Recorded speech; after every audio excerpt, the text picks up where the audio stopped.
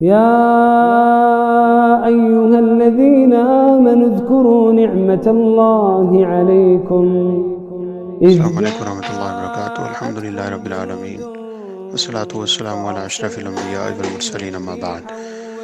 تسبیح جو ہے یہ انگلیوں پہ ہی کرنی چاہیے، کیونکہ مسند احمد میں ایک روایت ہے فَإِنَّهُنَّ مُسْتَنْطِقَاتٌ، یہ انگلیاں قیامت کے دن بول کے انسان کے حق میں گواہی دیں گی۔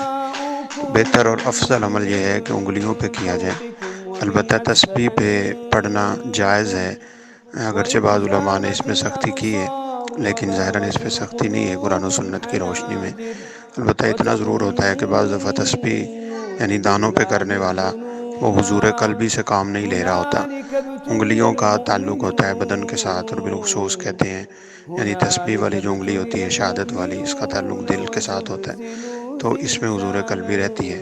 بہرحال جائز ہے انشاءاللہ، اگرچہ بعض علماء نے اس کو بدعت کہا ہے، لیکن صحیح دلائل کی روشنی میں اس کو بدعت نہیں کہا جا سکتا، واللہ اعلم۔ السلام علیکم ورحمۃ اللہ وبرکاتہ۔